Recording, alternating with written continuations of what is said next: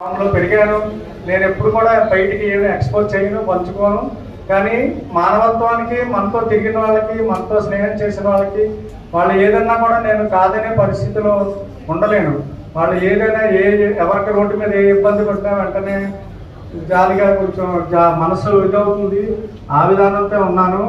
తర్వాత పిల్లల గురించి కూడా నా ఉద్యోగరీత్యా చాలా సమయాన్ని కేటాయించలేకపోయాను. నాకు ఎప్పుడు ఎక్కడ ట్రాన్స్ఫర్ చేసినా నేను దూరం అయినా సరే వెళ్ళిపోయేవాడిని. ఎందుకంటే రాజకీయ వాళ్ళ దగ్గరికి వెళ్ళడం, రికమెండేషన్ చేయించుకోవడం, ఉద్యోగం ఆపుకోవడం నేను ఎక్కువ ఇష్టపడేవాడిని కాదు.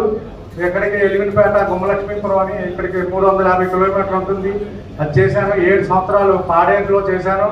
పాడేరులోని స్పెషల్ పార్టీ టీమ్స్తో కూడా వెళ్ళలేని కొన్ని ఊర్లు, ఇంజరీ, గిన్నెలకోట, అటువంటి ఊర్లు కూడా ఎలక్షన్ టైంలో నాకు ఎస్కార్ట్ ఇస్తే భద్రాచలం దగ్గర ఒకటి ఏడుగురాళ్లపల్లి ఉంది, అల్లిగూడెం అని, అక్కడికి 15 మంది ఎస్కార్ట్, 6 బళ్ళు మీద 15 మంది ఎస్కార్ట్ వస్తే అక్కడికి కూడా వెళ్ళి నేను కమ్యూనికేషన్ చేసి వచ్చాను. అక్కడి నుంచి కూడాను ఎటువంటి ఒడిదుడుకులకి దేనికి భయపడేవాడిని కాదు నేను.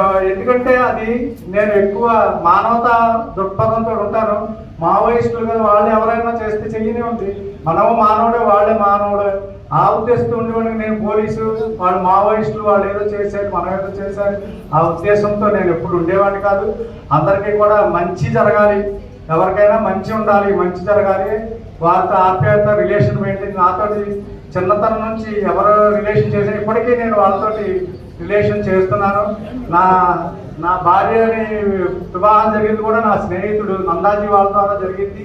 నా బ్యాక్గ్రౌండ్, నా గుడ్ విల్ చూసి నందాజీ వైఫ్ వాళ్ళు మా ఆయన నందాజీ ఫ్రెండ్ ఉన్నాడు శివాజీ అని, వాళ్ళు చాలా మంచి అబ్బాయి, అతను మీరు చేసుకోండి అని చెప్తే వాళ్ళు వచ్చి అడిగి వాళ్ళ నాన్నగారు సబ్జెక్ట్ చేశారు. మా వైఫ్ వాళ్ళ ఫాదర్ సబ్జెక్ట్ చేసి రిటైర్ అయ్యారు. వాళ్ళు వచ్చి అడిగి నన్ను కోరి చేసుకున్నారు. నేను అందుకనే మానవతా దృక్పథం అంటే, మనం ఒక అమ్మాయిని చేసుకుంటున్నాము అంటే ఇంక మన అమ్మాయి అంటే ఇంకా మన అమ్మాయి, మన కోడలుగా చేసుకున్నా, కూతురుగా మన కూతురు కోడకి ఇచ్చినా సరే, మనం ఏంటంటే ఇంకా వాళ్ళు ఏదైనా వాళ్ళు ఏ ఒడంబడికి ఏది దేనన్నా సరే మన ఫ్యామిలీ మెంబర్గా మనం యాక్సెప్ట్ చేయాలి. అక్కడ ఎటువంటి ట్రాన్సాక్షన్స్ కానీ, కమర్షియల్గా కానీ ఏది ఆలోచన